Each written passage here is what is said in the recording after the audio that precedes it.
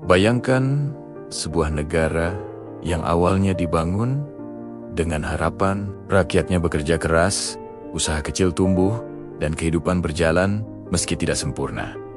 Tapi perlahan sesuatu berubah, bukan karena perang, bukan karena bencana alam, tapi karena kebijakan yang dayam-dayam mensakik. Awalnya sederhana, pajak dinaikkan, katanya demi pembangunan. Rakyat masih bisa menerima. Mereka berpikir, ini untuk kebaikan bersama.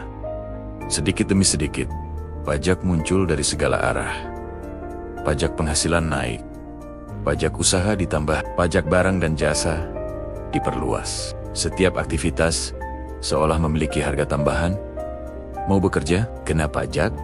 Mau jualan, kena pajak. Mau berkembang, dibatasi aturan. Di titik ini, negara mulai berubah wajah, bukan lagi pelindung rakyat, tapi seperti penagih yang tak pernah puas. Dan yang lebih parah, bukan hanya pajaknya. Peraturan mulai menjamur. Untuk membuka usaha kecil saja, butuh izin berlapis-lapis. Prosesnya panjang, berbelit, dan seringkali tidak masuk akal. Orang yang ingin jujur malah kesulitan, sementara yang mencari jalan pintas justru lebih mudah. Rakyat kecil mulai tercekik. Pedagang kaki lima kehilangan keuntungan karena biaya tambahan. UMKM justru mati pelan-pelan. Mereka bukan tidak mau taat, tapi sistemnya membuat mereka tidak mampu bertahan. Dan ketika usaha kecil mulai tumbang, efeknya merambat. Lapangan kerja berkurang, pengangguran meningkat, daya beli menurun. Negara mungkin masih terlihat berdiri, tapi fondasinya mulai rapuh. Lalu datang fase berikutnya, ketidakpercayaan. Rakyat mulai bertanya, untuk apa semua pajak ini? Ketika mereka tidak melihat hasil nyata, jalan tetap rusak, pelayanan buruk, korupsi merajalela, maka kepercayaan itu runtuh. Dan ketika kepercayaan hilang, yang tersisa hanya keterpaksaan. Orang bayar pajak bukan karena percaya, tapi karena takut. Negara yang kuat tidak dibangun dari ketakutan, tapi dari kepercayaan. Ketika aturan semakin banyak, ruang gerak rakyat semakin sempit. Kreativitas mati, inovasi terhambat. Bayangkan seorang pemuda yang ingin membuka usaha, dihadang oleh birokrasi yang rumit. Akhirnya, dia menyerah atau pergi ke negara lain yang lebih ramah. Dan ketika orang-orang produktif mulai pergi, negara kehilangan masa depannya. Ini adalah awal dari kehancuran sistem.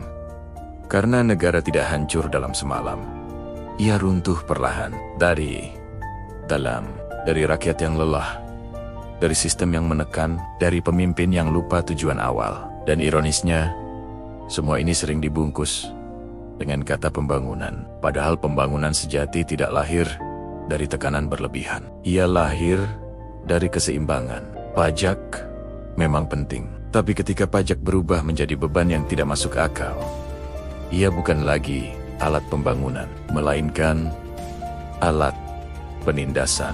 Peraturan seharusnya melindungi, bukan mempersulit. Tapi ketika jumlahnya terlalu banyak, ia menciptakan kekacauan yang terselubung. Dan di titik paling kritis, perlawanan diam-diam terjadi. Orang mulai menghindari pajak. Transaksi dilakukan secara sembunyi-sembunyi. Sejarah telah berkali-kali menunjukkan hal ini. Negara yang terlalu membebani rakyatnya, cepat atau lambat, akan runtuh. Kekuatan sebuah negara bukan pada seberapa besar pajak yang bisa dipungut, tapi pada seberapa besar kepercayaan rakyatnya.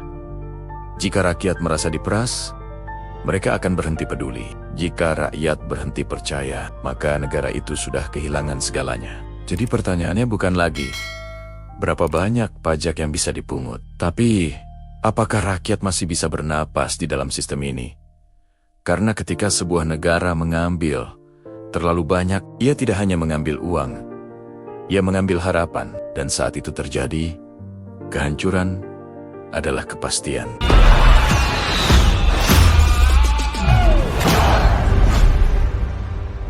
Ketika pajak menjadi alat kekuasaan, bukan keseimbangan.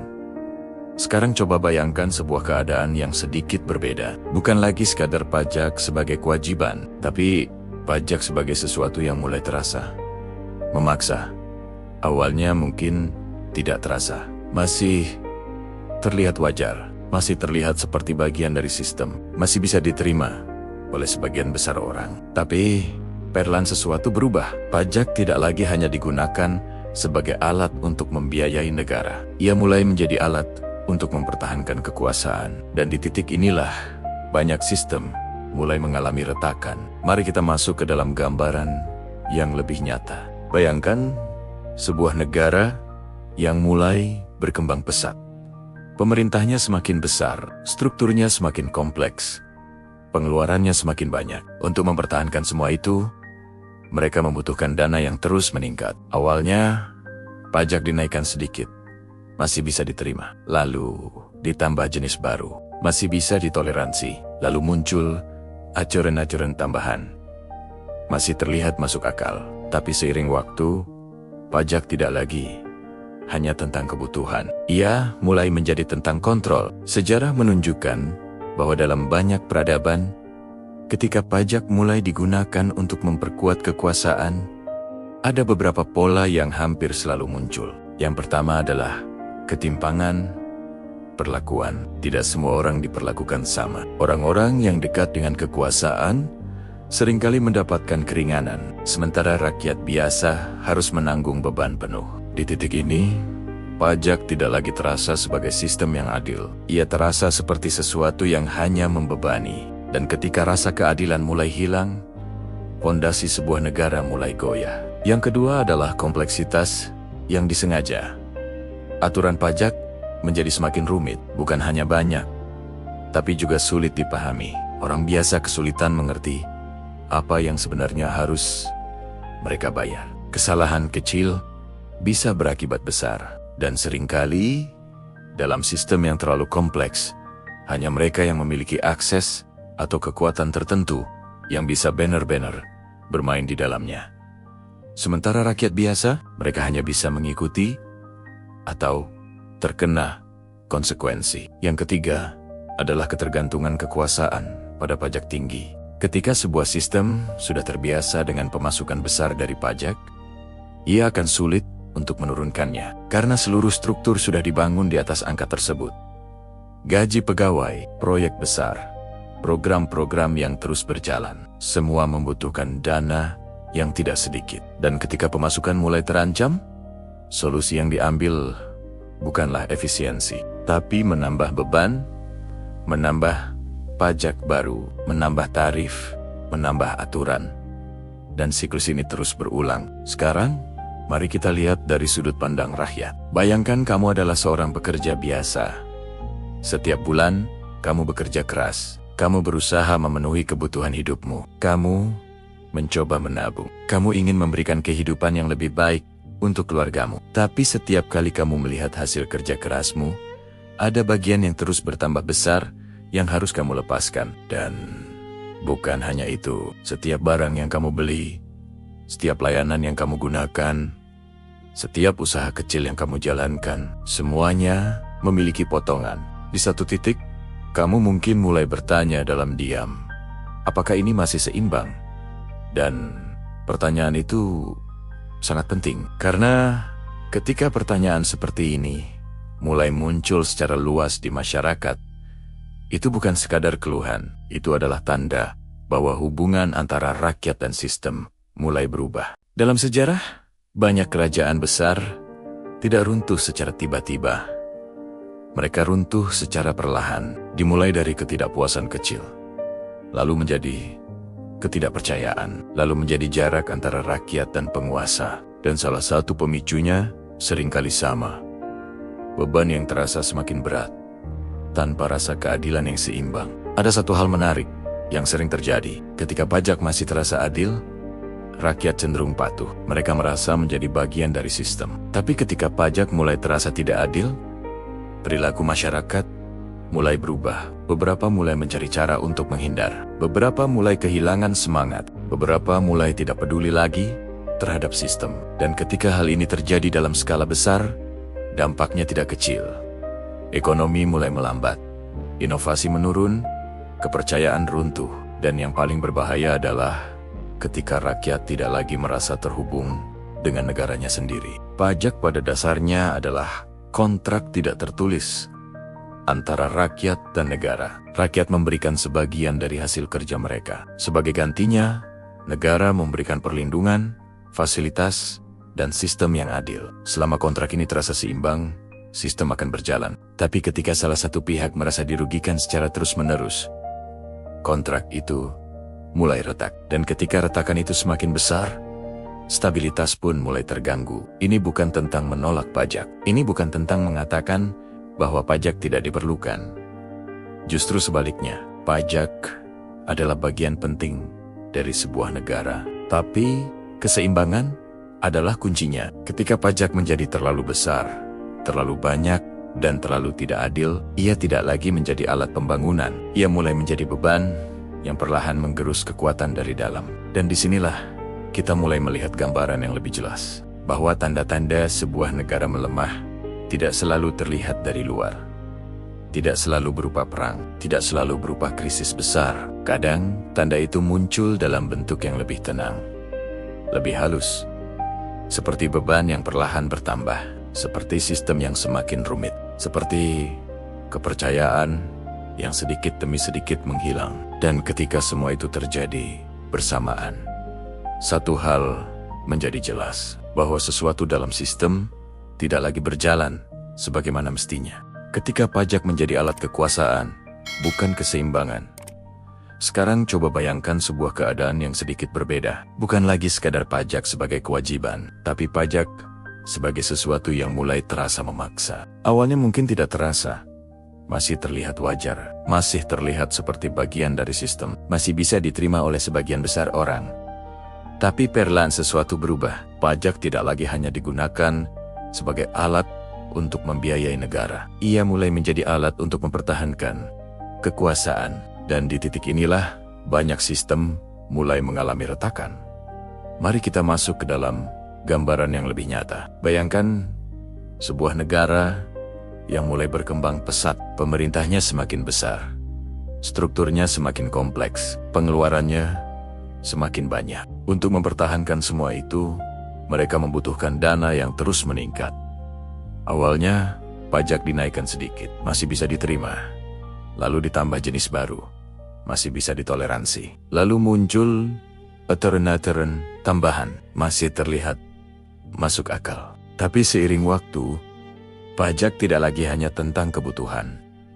Ia mulai menjadi tentang kontrol. Sejarah menunjukkan bahwa dalam banyak peradaban, ketika pajak mulai digunakan untuk memperkuat kekuasaan, ada beberapa pola yang hampir selalu muncul. Yang pertama adalah ketimpangan perlakuan. Tidak semua orang diperlakukan sama. Orang-orang yang dekat dengan kekuasaan seringkali mendapatkan keringanan, sementara rakyat biasa harus menanggung beban penuh. Di titik ini, pajak tidak lagi terasa sebagai sistem yang adil. Ia terasa seperti sesuatu yang hanya membebani sebagian orang untuk menguntungkan sebagian lainnya. Dan ketika rasa keadilan mulai hilang, fondasi sebuah negara mulai goyah. Yang kedua adalah kompleksitas yang disengaja. Aturan pajak menjadi semakin rumit. Bukan hanya banyak, tapi juga sulit dipahami. Orang biasa kesulitan mengerti apa yang sebenarnya harus mereka bayar.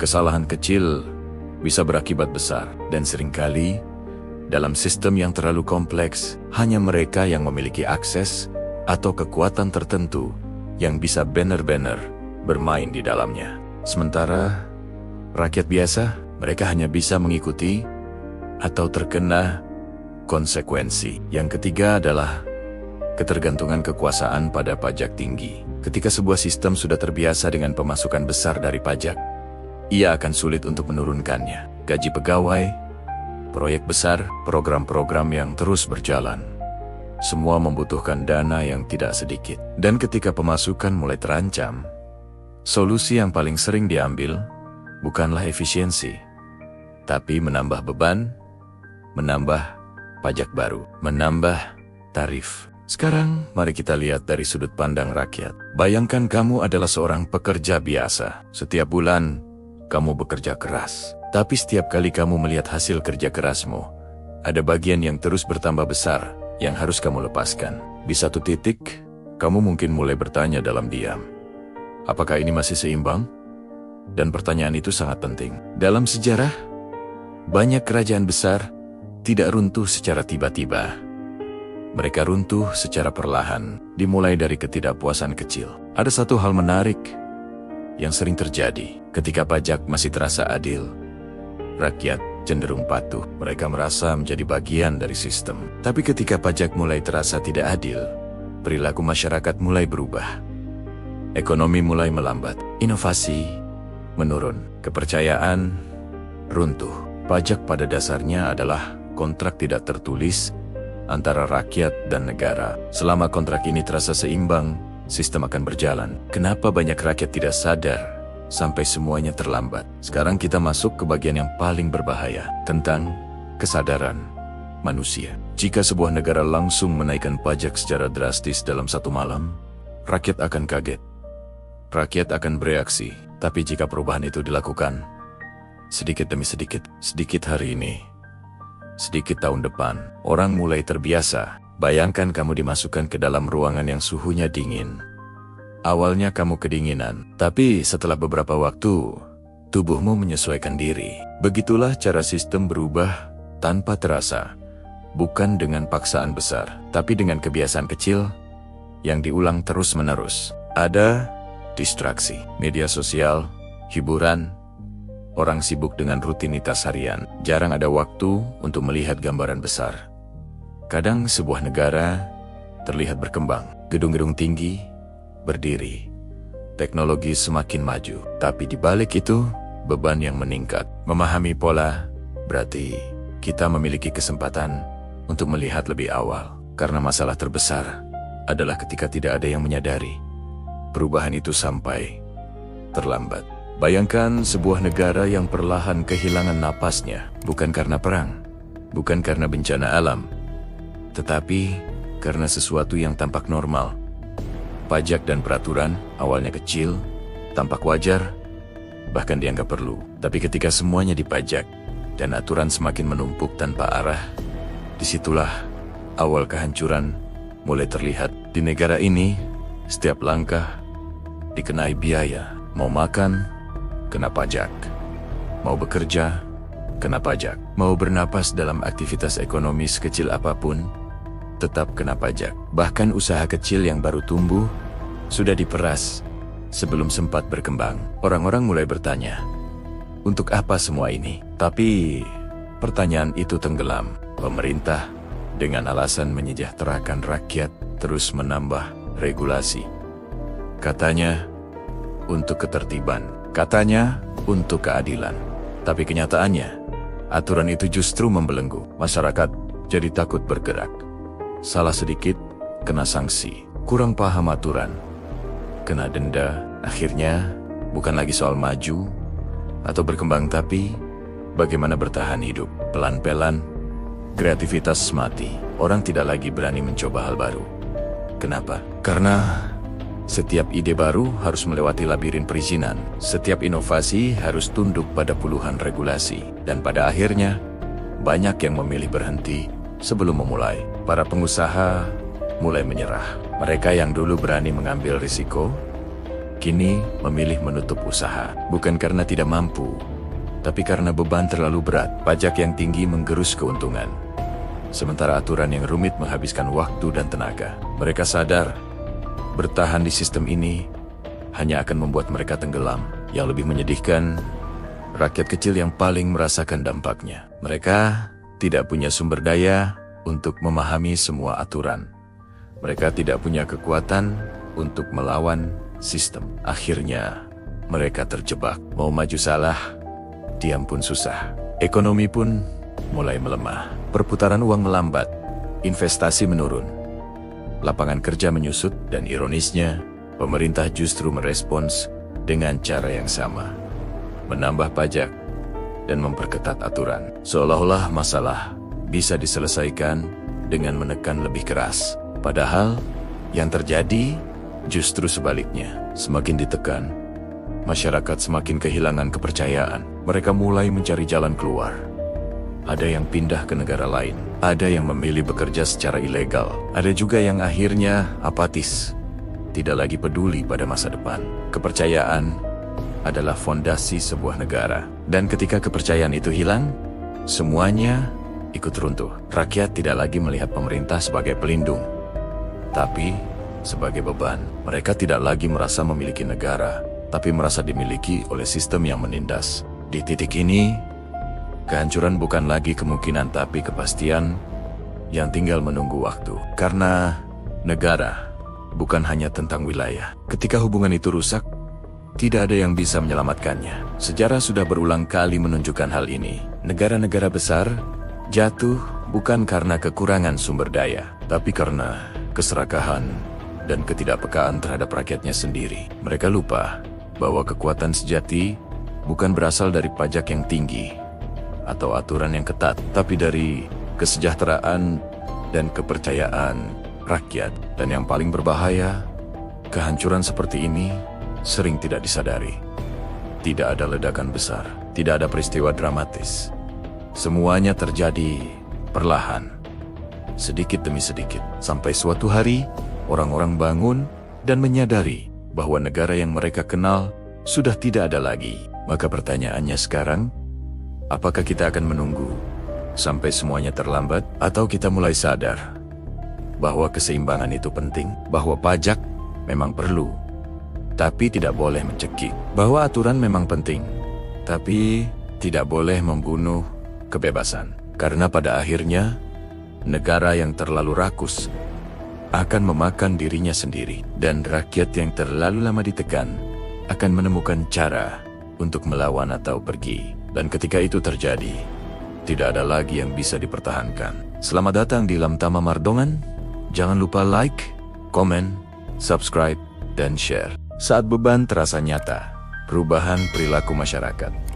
Sekarang kita masuk ke titik di mana semuanya tidak lagi halus. Jika sebelumnya kita bicara tentang perubahan perlahan, di bagian ini kita mulai melihat dampaknya di kehidupan nyata. Karena pada akhirnya, sistem apapun akan selalu diuji di satu tempat, kehidupan sehari-hari rakyatnya. Coba bayangkan, ini awalnya pajak hanya terasa seperti potongan kecil, tidak terlalu mengganggu, masih terasa wajar. Tapi seiring waktu, potongan itu bertambah, sampai suatu titik di mana orang mulai merasakannya di dompet mereka. Dan disinilah perubahan mulai terjadi. Yang pertama berubah adalah cara orang bekerja. Ketika seseorang merasa bahwa semakin keras dia bekerja, semakin besar pula bagian yang harus dia lepaskan. Motivasinya bisa mulai berubah.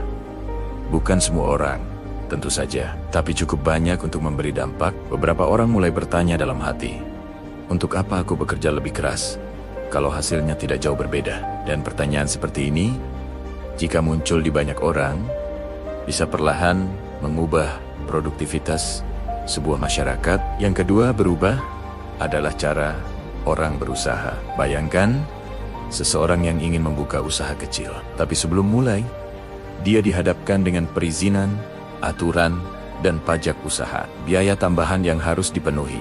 Semakin banyak hambatan ini, semakin besar kemungkinan seseorang berpikir ulang, karena merasa jalannya terlalu berat. Dan ketika banyak orang berpikir seperti ini, satu hal mulai terjadi. Jumlah orang yang berani mencoba mulai berkurang. Yang ketiga, berubah adalah cara orang bertransaksi. Ketika pajak konsumsi semakin terasa, harga barang ikut naik. Orang mulai menahan pengeluaran, mencari cara lebih murah, dan mengurangi konsumsi. Di satu sisi, ini terlihat wajar, tapi jika terjadi secara luas, ini bisa berdampak pada perputaran ekonomi secara keseluruhan. Ekonomi bergerak dari aktivitas. Ketika aktivitas ini melambat, efeknya bisa terasa ke banyak sektor. Yang keempat, dan ini yang paling halus, adalah perubahan sikap terhadap sistem. Awalnya, orang patuh karena percaya. Tapi ketika beban terasa semakin berat tanpa kejelasan, kepercayaan itu mulai berkurang, sedikit demi sedikit. Dan ketika kepercayaan menurun, muncul dua jenis respons. Yang pertama adalah kepatuhan karena terpaksa. Ini terlihat stabil dari luar, tapi sebenarnya rapuh. Stabilitas di atas keterpaksaan tidak sekuat stabilitas di atas kepercayaan. Yang kedua adalah upaya untuk menghindar. Sebagian orang mulai mencari celah karena sistem tidak lagi memberi ruang adil. Mereka mencari cara bertahan, dan jika ini terjadi secara luas, dampaknya bisa besar bagi rakyat dan sistem itu sendiri. Ada satu titik penting. Sebuah negara tidak hanya berdiri di atas hukum, tapi di atas perasaan kolektif rakyatnya. Rasa percaya, adil, dan memiliki. Ketika perasaan ini mulai melemah, masalah muncul perlahan dalam sikap dan kebiasaan. Ketika beban semakin nyata dan kepercayaan menurun, masyarakat mulai berubah dari dalam. Bukan lagi sebagai satu kesatuan kuat, tapi sebagai kumpulan individu yang masing-masing mencoba bertahan. Di sini kita melihat gambaran yang lebih besar, bahwa pajak bukan hanya soal angka, tapi soal dampaknya terhadap perilaku manusia yang menyesuaikan diri. Jika sistem terasa adil, mereka mendukung. Jika berat, mereka bertahan. Jika menekan, mereka akan mencari jalan keluar. Ketika banyak orang mulai mencari jalan keluar sendiri, kesatuan dalam sebuah sistem mulai melemah. Ini bukan proses yang cepat, tapi sering tidak disadari sampai dampaknya sudah cukup besar. Tanda negara melemah terlihat dari kehidupan sehari-hari rakyatnya, dari cara mereka bekerja dan melihat sistem. Dan ketika semua itu mulai berubah ke arah yang sama, itu bukan lagi sekadar perubahan kecil. Itu adalah sinyal saat beban terasa nyata. Perubahan perilaku ketika kelas menengah mulai tertekan. Tanda yang sering diabaikan. Sekarang kita masuk ke bagian yang sangat penting. Bagian yang sering tidak dibicarakan secara terang-terangan, tapi dampaknya sangat besar. Dalam sebuah negara, biasanya ada 3 kelompok besar. Kelompok atas, kelompok menengah, dan kelompok bawah. Kelompok atas memiliki sumber daya besar. Kelompok bawah sering mendapatkan perlindungan. Dan di tengah ada tulang punggung kelas menengah. Siapa? Mereka. Mereka adalah pegawai, profesional, pengusaha kecil, orang-orang yang berusaha membangun hidup yang stabil. Mereka membayar pajak secara konsisten, menggerakkan ekonomi, dan menyekolahkan anak-anak mereka. Mereka adalah mesin penggerak kehidupan negara. Sekarang bayangkan apa yang terjadi ketika beban mulai bertambah. Pajak bertambah, biaya hidup naik, aturan semakin kompleks. Siapa yang paling merasakannya? Seringkali kelas menengah, karena mereka berada di posisi yang unik. Mereka tidak cukup kuat untuk menghindar seperti kelompok atas, tapi tidak mendapatkan perlindungan seperti kelompok bawah. Dan ketika beban sistem meningkat, tekanan itu mulai menumpuk. Awalnya mungkin tidak terasa, masih bisa ditanggung. Coba bayangkan, seorang pekerja, dia bekerja setiap hari, punya rencana membeli rumah dan menyekolahkan anak. Tapi perlahan rencana itu berubah.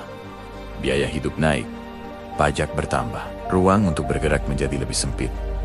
Yang dulu bisa ditabung, sekarang habis untuk kebutuhan. Jika ini terjadi pada banyak orang, dampaknya menjadi besar.